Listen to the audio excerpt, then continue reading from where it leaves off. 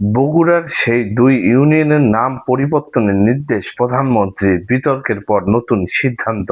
আসসালামু আলাইকুম, স্বাগতম বাংলা মিডিয়া 24 টিভিতে।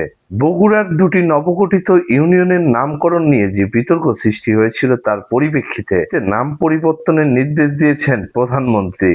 বিষয়টি নিয়ে প্রশাসনিক কার্যক্রমও শুরু হয়েছে বলে জানিয়েছে সংশ্লিষ্ট কর্তৃপক্ষ।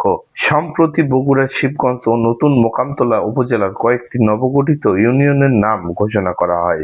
এর মধ্যে দুটি ইউনিয়নের নাম নিয়ে ব্যাপক আলোচনা সমালোচনা শুরু হয়েছে। অভিযোগ ওঠে নামগুলো একজন প্রতিমন্ত্রীর দুই ছেলের নামের সঙ্গে মিলে যায়। এরপর বিষয়টি সামাজিক যোগাযোগ মাধ্যম সহ বিভিন্ন মহলে ব্যাপকভাবে আলোচিত হয়।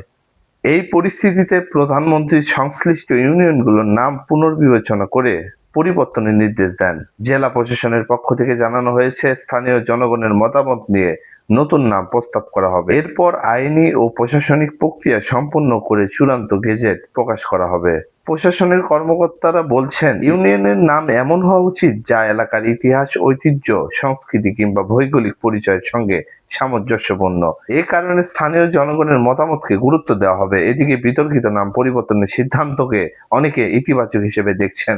তাদের মতে, জনমতের প্রতি সম্মান দেখিয়ে নেওয়া এই পদক্ষেপ প্রশাসনের জবাবদিহিতা নিশ্চিত করতে সহায়ক হবে। তবে নতুন নাম কি হবে সে বিষয়ে এখনো কোনো আনুষ্ঠানিক ঘোষণা আসেনি। নতুন কোনো সিদ্ধান্ত বা গেজেট প্রকাশ হলে আমরা অবশ্যই আপনাদের জানাবো। ভিডিওটি ভালো লাগলে লাইক দিন, শেয়ার করুন এবং সর্বশেষ খবর পেতে আমাদের চ্যানেলটি সাবস্ক্রাইব করুন। ধন্যবাদ।